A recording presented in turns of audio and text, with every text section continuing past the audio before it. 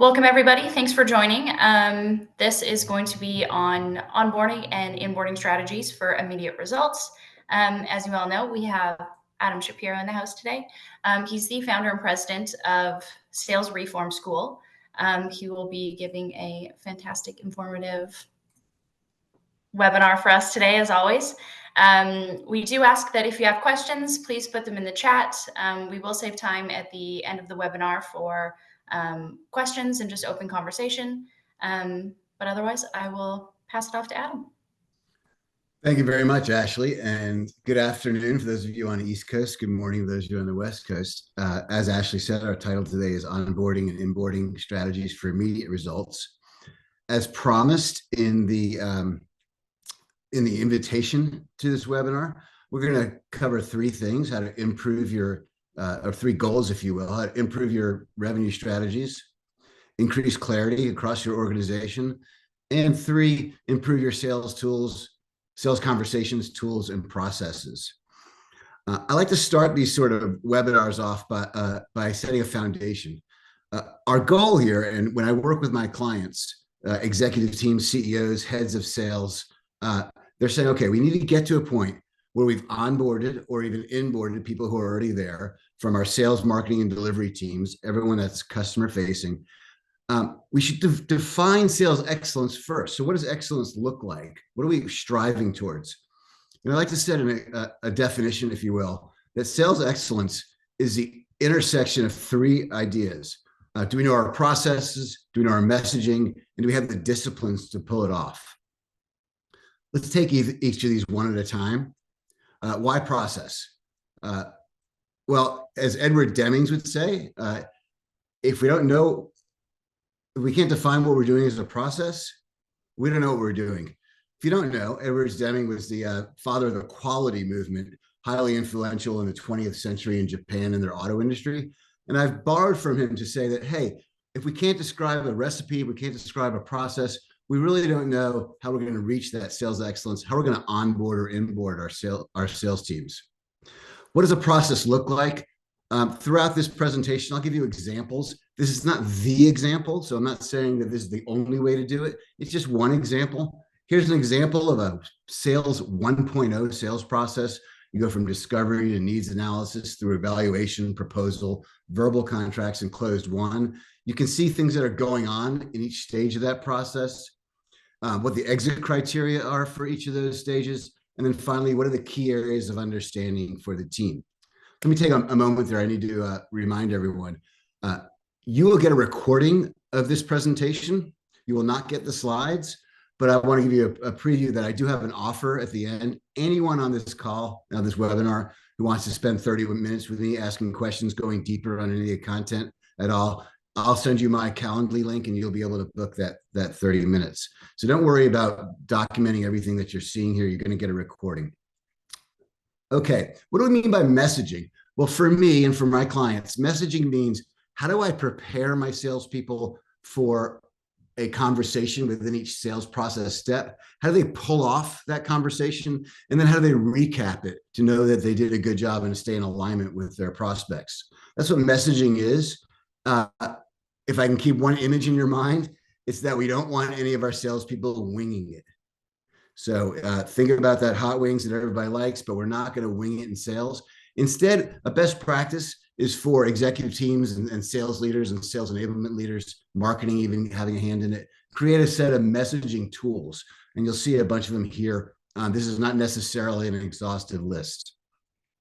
And then beyond messaging and process, what do I mean by these disciplines? Some would say that the following list I'm about to show you are more behaviors than disciplines. It doesn't matter to me, whatever it works for you. But there are a set of disciplines I've identified over the last 19 years of doing consulting with B2B sales teams. Those include things like great active listening skills. Are my salespeople exhibiting strong language rather than weak language? Much like the start of this webinar, are they starting business conversations off with why we're here, what we need to address?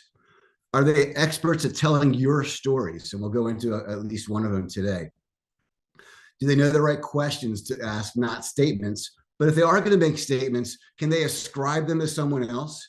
And you'll see this in a lot of my materials. I'm not cursing at you. What I mean by that are what are the metrics that we can lay into our statements to drive home trust within our relationships with our prospects? Do our salespeople know how to just stay quiet? Becomes a key discipline for salespeople. I apologize to our marketing experts and marketing leaders that are in our audience, but do salespeople know how to tamp down on the acronyms and the other marketing speak within their industry or their niche so that they make sure they don't miss or talk over their prospects?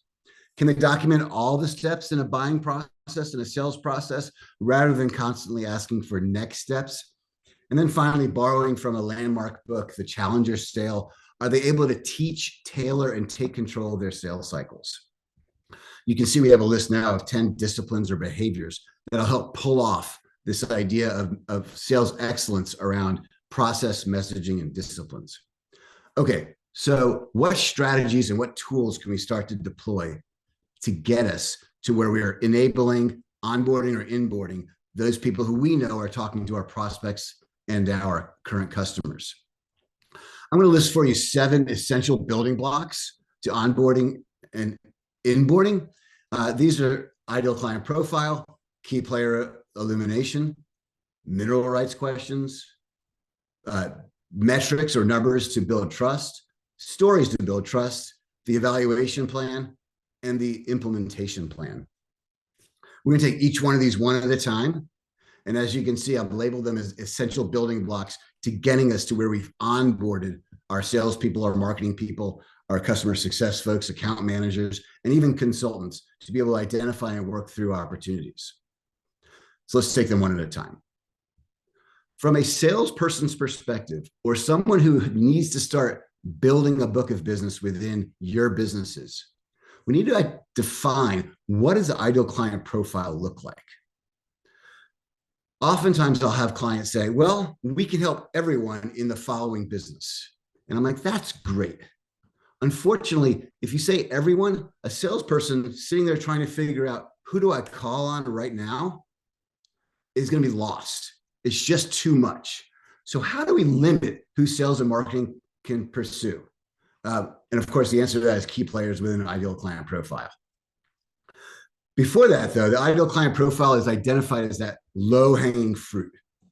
So this is building block 1. How can we limit the number of people or the number of companies out there that a salesperson should be calling on in order to start building up pipeline? Can we limit it by industry? Is there a geographic limitation? Can we say, hey, we help people within this size of company, and it could be number of employees, it could be revenue, or so forth. What are they trying to accomplish? What are their frustrations? Or are there other limiting factors? Now, some will come back and say, but Adam, I don't want to limit my market. I can help a lot of people. This is where I borrow from a colleague of mine. His name is Mike Ween, who wrote a book called The Specific Edge. What we're trying to drive is that you and your salespeople need to identify who we help especially, but not exclusively. So once you can describe who you help especially, others may hear that and say, you know, I'm not sure I fit into that ideal client profile, but can you help me? And at least it opens the door for a conversation. Throughout this presentation, I'm going to give you the lab ideas that I would work through with my clients to start documenting each of these building blocks. We're not going to do the labs today, but they are in the presentation. So you want to sit down with your team and say, okay, how would we describe our ideal clients? What do we know? And what do we need to go figure out? Oftentimes, this will mean interviewing your current customers or talking with your actual sales reps to see, hey, why'd they buy? What was going on there? And is this something we want to replicate moving forward to begin building our ideal client profile list? Moving on to the second building block, key player illumination. This is very similar to the idea of personas within marketing. It answers this question, who are you going to call or who are you going to call on? Now, I say that, and instantly we all go to the movie Ghostbusters. But do you remember? There's actually 2 Ghostbusters out there. So if I position myself to be calling on these badass women who are going after these ghosts. I may have one set of conversations, but you know what? What about these bumbling guys who also are Ghostbusters? That conversation maybe need to be tailored to them. So how do we do that? So within that ideal client profile, ask yourself, what are the titles of the people we know or we expect our salespeople to need to interact with in order to get selected, be funded, and be implemented within our prospect base? Select, fund, and implement. We should be able to answer or fill in the blanks, if you will, on this key player illumination. Typically, insert title, these people tell us they're constantly focused on something to improve, increase, or decrease. That's a goal or objective. But they're seen to be struggling with insert a challenge or issue. But what they don't realize is, and we give them a reframing insight. I'm going to take each one of these one at a time. So what are the titles? We know that in order to sell a deal today in a B2B world, it's extremely rare that we have one buyer, one conversation. There's usually some sort of buying committee, if you will, whether they know it or not. Often there's a financial buyer, there's a selector, there's implementers, there's users, those sort of things. Who are they? Individually, what are they trying to accomplish? What are they trying to improve, increase, or decrease that maps to our offerings? What are their frustrations, challenges day to day right now? And then what are we smart about? I want to talk about this reframing insight for a second, this last bit. Those of you who are salespeople and are on this webinar, if we're not being smart and showing ourselves to be smart about our offerings, our niche, our industry, or even the customers themselves, we're not needed. In other words, the reason why you were hired as a salesperson or why you're going to hire salespeople is you have some insights into the business cases for your products and offerings that prospects need to appreciate. Well, what are those? What are those new perspectives that prospects should be thinking about and considering as different from the current mental model, what they think about the industry, what they think about their problems, what they think about how they go about their work day to day, and how can we improve it? Before we have these conversations, we should get together internally and figure out, okay, what do we wish everybody knew or appreciated about our offerings, our business, the problems we solve? What's the bigger problem or opportunity? And what would make them curious for more information? By and large, when you deliver something that says, hey, I'm smart, it drives the prospect to go either one of two ways. Either they go, ooh, I didn't think about that. Yeah, that could be a big problem. Or they kind of look up and go, huh, that would be really cool. It makes them want to engage and have a conversation with you about your company and your offerings. So the lab for reframing insights is to come up with what's interesting that you figure out after you dig a little further. At the end of this lab, when you're working on with yourselves, you should have a table that looks a lot bigger than this, actually, that lists key player titles on the left, what they're trying to accomplish in the next column, their challenges or issues that are keeping them from reaching those goals or objectives, and then what we wish they appreciated to help them overcome those challenges and issues and reach their goals or objectives. By the way, if someone says they're trying to improve, increase, or decrease something, but they can't seem to overcome a frustration or challenge, it's either really not a goal or they're already accomplishing it. In both cases, they don't need us. So we need to figure that out ahead of time and appear like we know what goes on day to day within the life of our prospects. Okay, take a moment. Third building block is around what I like to call mineral rights conversations. There's a terrific book out there called Fierce Conversations by Susan Scott. When I read that book over 20 years ago now, I realized, when salespeople are doing a great job having a business conversation with prospects, they're doing the 4 things that Susan said we need to do in a fierce conversation. They're interrogating reality. What does that mean? Interrogating reality means, hey, what is life like for you right now at your company with whatever it is you're trying to accomplish? Are the questions I'm asking where I'm digging for nuggets of value provoking the conversation mate that I have or my prospect to figure out, oh, there is a better way. Are we actually getting to the rough challenges here? I'm sure some of you have had the experience where you start describing a challenge or a frustration or what's going on. And the prospect says, that's not my biggest challenge. Here's what it is. And now we start really getting into the heart of the matter. We have this rich conversation where the prospect is getting vulnerable and we're actually able to dive in and figure out what's going on. And by having this sort of conversation, it's not an interrogation, but it's really enriching, aligning the relationship between buyer and seller. The good news is we can document a set of example questions for each type of persona or each title that we get into. Unfortunately, we're going to have 3 or 4 conversations probably within a B2B sales environment to make it happen. So how do we do that? What do these questions even look like?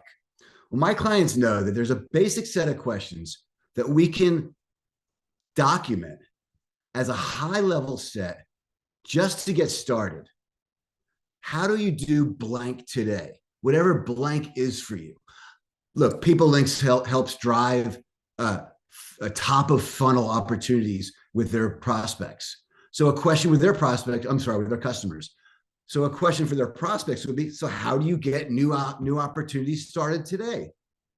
And it starts the beginnings of a mineral rights conversation. We know from our work with our key player illumination, with our persona work, what their goals, objectives, challenges, issues look like. So we need to ask, hey, are you ever challenged by this? Does this frustration ever happen to you like it happens with our other customers? And start listing them out. When does that happen? What does it get really bad? Who's involved? Who's impacted? To what extent?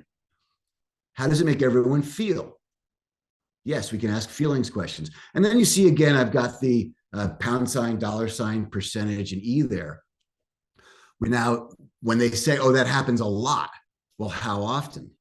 Oh, yeah, we waste a lot of money on that. How much money?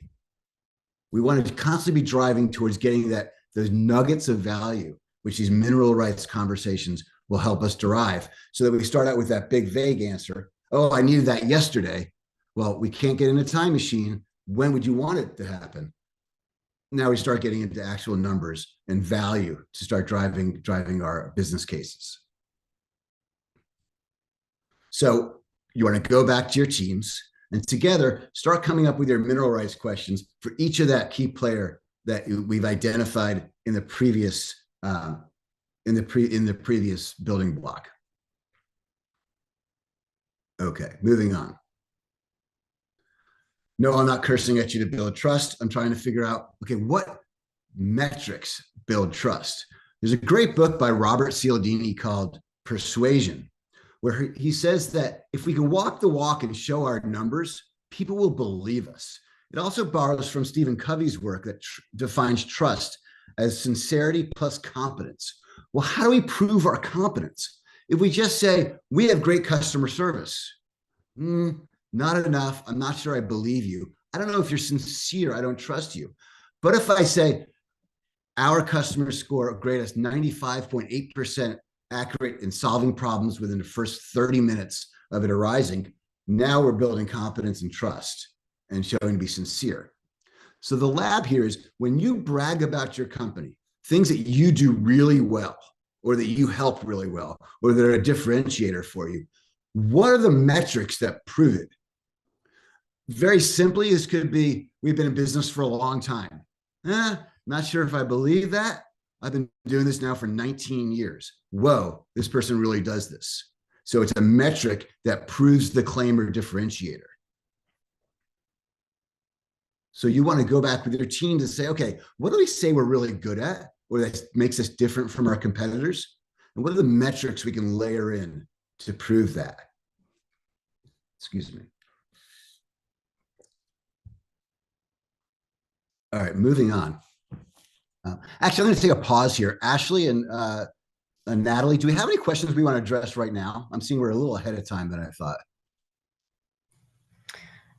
There was some feedback, but no questions yet. But feel free to drop them in, everyone. If you do have questions, we'll stop periodically and we can get to them.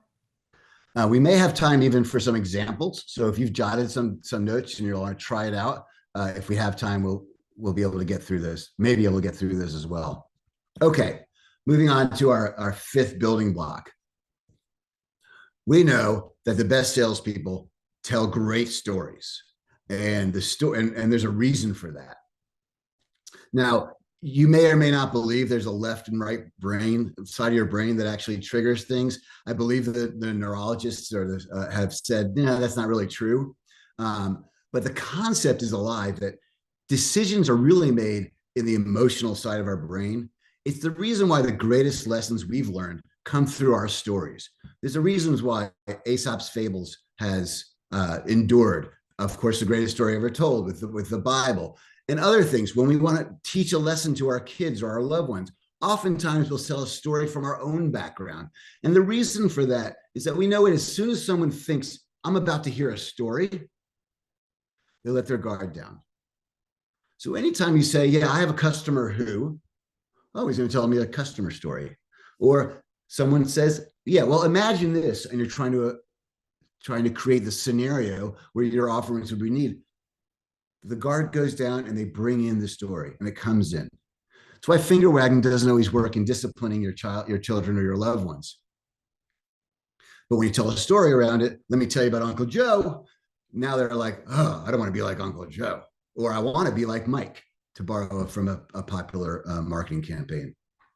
So how do we do this? I'm going to give one example of a story here. I'm not saying that you have to tell your stories exactly the way that I have this one written. But I am saying that your salespeople should be armed with these 5 components of a success story.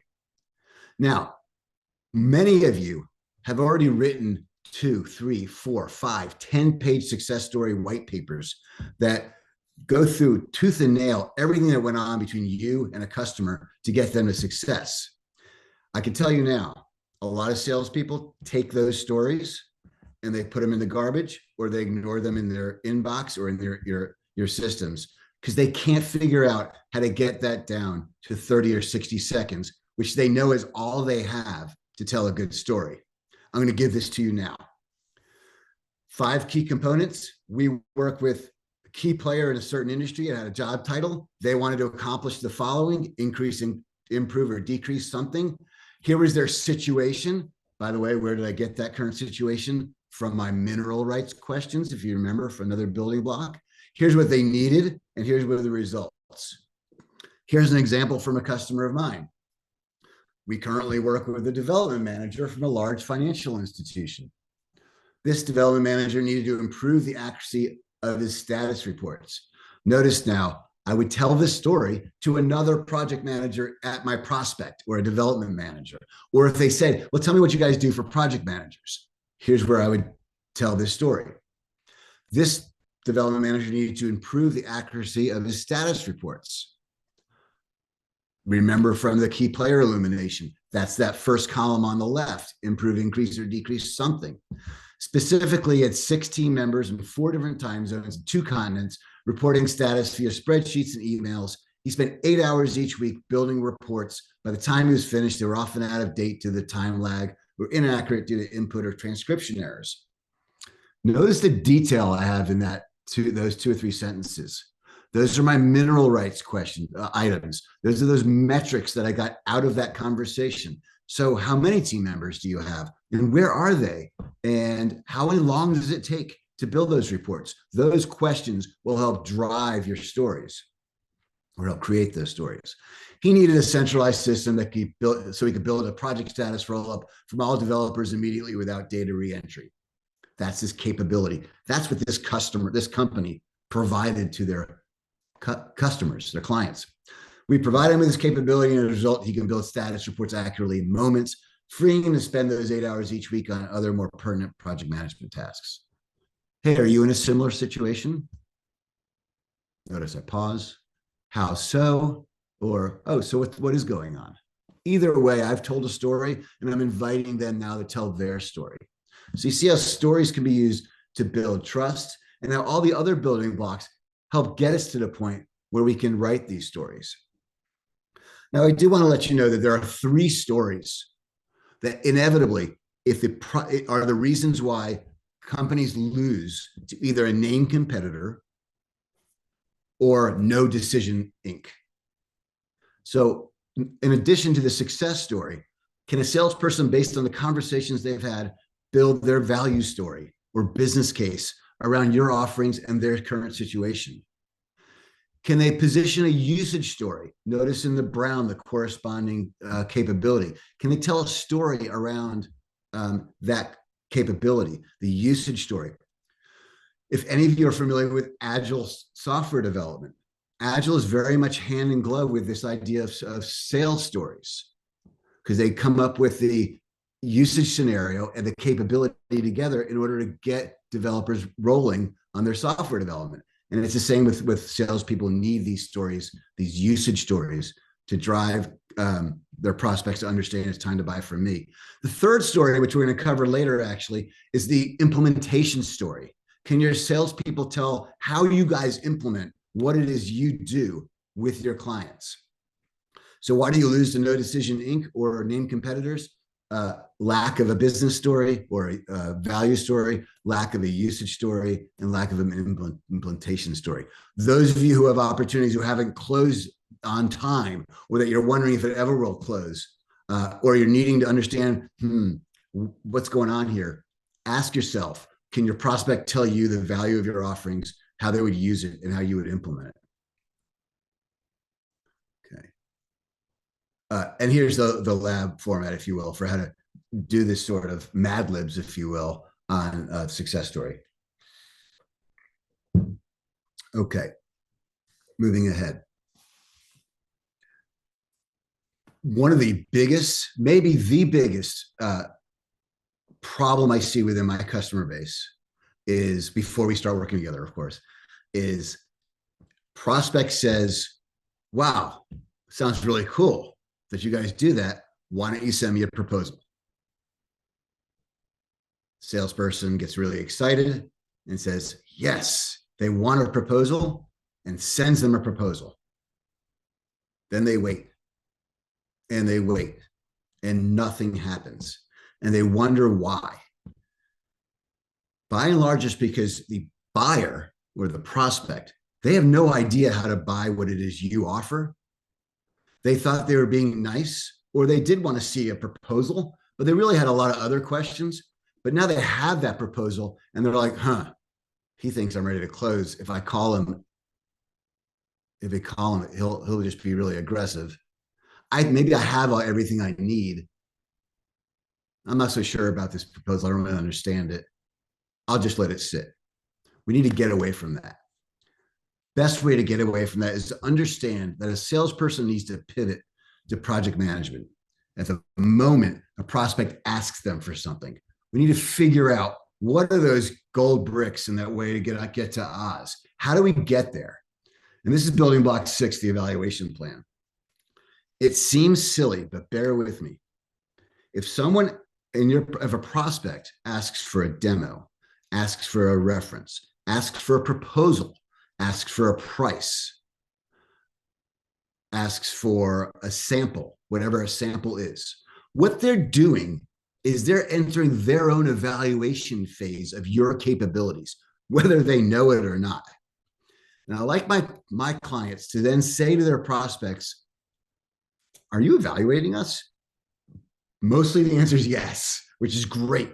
But now we've got agreement and alignment that what the prospect is doing is going through their own evaluation process, whether they figured that out or not. We should be experts in how our prospects evaluate us. So then the next question is, what are the steps in your evaluation and buying process? I want to take a step back to make sure everyone understands what this means. The evaluation process is the various steps people on your prospects team will go through to arrive at a buying decision. However, the buying process is often the different steps or hoops that the prospect will put us through in order to accept our firm as a vendor or a potential vendor, or even get to where we're transmitting funds. I have a client who is a very, very, very large pharmaceutical company. I don't usually work with companies that large, rarely actually. From the beginning, though, when they said, hey, this sounds interesting, how would it all work? They started asking me these evaluation type questions. I said, let's go through what it would look like for you guys to evaluate whether you want to work with me. But I also want to know, let's say you do decide to work with me. How do I actually get paid? How does that work for you? What's your buying process? Right there, my key player, my key contact takes a deep breath and goes, it's really tough. While we're going through figuring out if we want to work with you, why don't I set you up with our accounts payable department so they can walk you through how to get listed in our ERP system, in our accounts payable system. Sure enough, that process was very long and ended as I was about to start doing work for them. So it's a very important distinction to make. So how do we do this evaluation plan? So we're asking when stuff will occur, what are those steps, how will it occur, and who will be involved? Very simply, if someone asks me for something in a proof step, my first question is starting with the end in mind. I want to understand what all the steps in our evaluation are, not the next steps. So it's like, whoa, that's exciting that you want blank, whether there's proposal or pricing, a view of our implementation plan, an in-depth demo, even a pilot or something like that. I want to know, okay, if everything goes great, when would you want to start having these capabilities or having us start working? And then I want to work backwards from there. I want to understand, from my perspective, I want to be able to relay what we usually see in these evaluations. How would we go about it, and who would be involved? This is where sellers are pivoting to project management. They're project managing the buyer's evaluation of our capabilities. You'll see that this is an exhaustive table. Let's say this is the most complex of a project or a evaluation plan that a prospect would put you through. You see we have things like trial usage, gain consensus of value of capabilities, cost benefit analysis. They want reference calls. There's going to be a proposal provided on June 3rd with a proposal review, et cetera, et cetera. But you notice I also have a kickoff or a training class, and then reviewing success metrics. By starting with those last 3 lines and then moving backwards, we can figure out what's realistic for us. Hey, can you just get me a proposal? I need to get this going. Great. When would you want us to start? What else has to happen before them? Let's document them so we don't miss each other. I know you hate when people like me are constantly calling and asking what's next, what's next. Why don't we put this together, a project plan? Then we're just crossing off items and either deciding to work together or part as friends. It takes a lot of weight off your buyers. It has us now understanding how to put together an evaluation plan, or what some people call a joint work plan with our customers. You'll see this is a strategy that'll allow 20, 30, 40 something salespeople to interact with 40, 50, and 60 something buyers and get on the same page that, hey, I'm an expert in what I sell, and I want to help you make your decision the way you want to make it. That's the evaluation plan. This is usually one of the shorter exercises or labs, but you do want to come through and be able to fill out in the most complex situation. What does an evaluation plan or a joint work plan look like between our company and our prospects? Okay. Lastly, I've mentioned the implementation story as one of those 3 stories that can help drive sales or reveal you as lacking in your sales processes. Remember, usage story, value story, and now the implementation story. So imagine this. I'll start a similar story. You're at your child's swim meet, or you're at a barbecue, or you're at an airport bar, and you meet someone who happens to be within your ideal client profile. They happen to be a key player, and you have a conversation, and they say, so how do you help people like me? And you say, well, we offer the following, and you tell a usage story around your product's capabilities. And they say, yeah, we have one customer who, and you start telling a story to build trust. And they're like, wow, that's great. How do you do that? Is often the next question. Who do you help? What do you offer? And then how do you do that? And I've seen salespeople who are so great at rapport. They can ask the greatest questions and position current situations against what life could be like and build value stories and cost benefit analysis and things like that. But when you ask them, so how do you do that? their company has set it up where it's a black box to them and they can't explain the implementation plan. It's like in that song Rockstar by Nickelback, you get this deep voice saying, so how are you going to do it? Uh, uh, I'm not really sure. Or let me get back to you for your situation. And all momentum is lost or energy drained out of your opportunity. So we need to arm our people with that proven process, if you will, the way we deliver for our customers. There's a terrific book called Traction. It's by Gino Wickman. It documents the EOS system, the entrepreneurial operating system. It's called, again, Traction by Gino Wickman. And what Gino says is that we need to answer how we can do it. We need to make sure your prospects can see it, even at a point where you can come up with a graphic for your proven process. Selfishly, this is mine. Can you, with your team, get together and come up with the script that would lead to a graphic around your proven process? How do you go from beginning to end to deliver for your customers? What does that implementation look like? And can everyone who's customer facing within your company describe it and tell that implementation story? And then can they give it back to you? Can your prospects give it back to you so they understand it?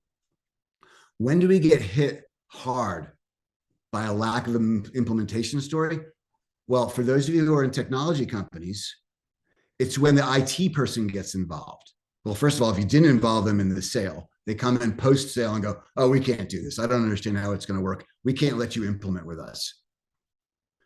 Or pre-close, they come in and they're skeptical, and we need to win them over on what our process is for getting things done. And this is our proven process. Ideally, we've got a graphic or an infographic, if you will, that describes how we get there. And of course, with the details of the prospect's unique situation.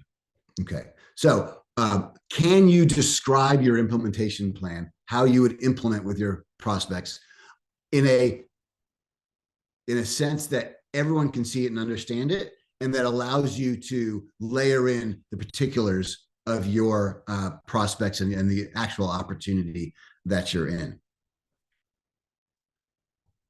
Okay, so those are our 7 essential building blocks for onboarding and inboarding. I'm going to pause now and let's go ahead, Ashley. What comments do we have in the Q&A or in the chat? Yeah, we do have a question that just came in. It's how do you recommend working with the product management team to help create the building blocks? Got it. Perfect. Okay. Your product team oftentimes will say, okay, we're creating this offering, this stuff for so-and-so. Well, who are those people? What companies are they at?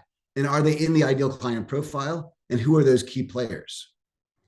Assuming we've got product out there, so there's really 2 situations, right? Startup or we're an ongoing concern. If you have an ongoing business, you have customers. Can we write those stories? That success story that I pointed out earlier. If the answer is, well, so-and-so knows that story, it's in their head, we need to go and interview the salesperson who sold it and figure out what's going on. Where are the holes in that story? Do we have enough detail in the current situation? Do we know what they were trying to accomplish when they first met us? And if not, go to them. Go to your customers and say, wow, this looks like you guys are really doing well with our product. Would it be okay if I interviewed you or your users to figure out what life was like before us and how life is like now, so we can then start building on product later? Usually it's someone in product management that gets involved in that. They need to be experts if they're not already in product. It goes without saying. They're the ones you should be interviewing your customers to figure out what it is they need and what it is they're doing with our tools, with our capabilities. So it's the product management is all around stories to build trust. It's also under enablement, by the way, with the mineral rights questions. So a salesperson says, okay, we've got this great offering, people are using it. How do I know the next prospect needs it? This is where product management would go, well, you need to ask them these 4 or 5 questions or these 7 questions and dive down on these 3. Wow, now I'm armed. Now I'm not going to wing it. I'm not going to be someone who just goes out there and tries to win the day without preparing. So thank you for that. So product management needs to be involved both in our stories and our mineral rights questions to drive understanding within our customer base, within our prospect base.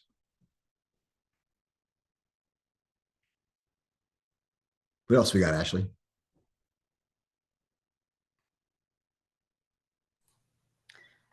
No other questions as of yet, but we've got the time. So anyone else, if you do have questions, feel free to drop them in. We can also unmute you if you want to chat. We've also got some time. So if there's one of these building blocks you want me to go in a little further on, deeper on, we can.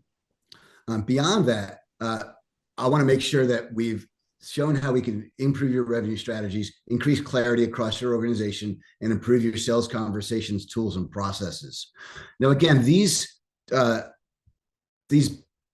building blocks for onboarding and inboarding, they're particular for not only the sales conversations you're going to have, but also for driving people to understand that they should be talking to you.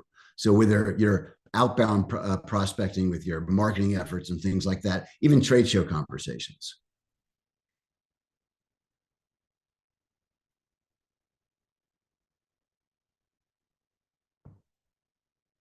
Okay, maybe I talked too fast. So where are we now? Well, I've offered all of my prospects, and I've been actually doing this since the pandemic hit in March of 2020. Anyone out there in the world that wants to talk to me for 30 minutes about sales or anything else, I offer that freely. So you're going to get a copy of this webinar with all 7 building blocks, with a definition of sales excellence being messaging, process, and disciplines. You can get the list of disciplines as well. That sample sales process slide will be in the recording as well. And if any of this comes up and you're like, what did he mean by that? Or how does he do that? Or how do I introduce this to my company? Send me an email, send me a text. You see my mobile number there. Hit me up on LinkedIn, and I'll send you my Calendly link, and we'll get together and discuss any of this. Looks like we have some things to chat. Thank you, Adam. That's me. Drop it in your contact info. Okay, well, thanks. Okay. I can stay on. Any other questions or comments even, or feedback?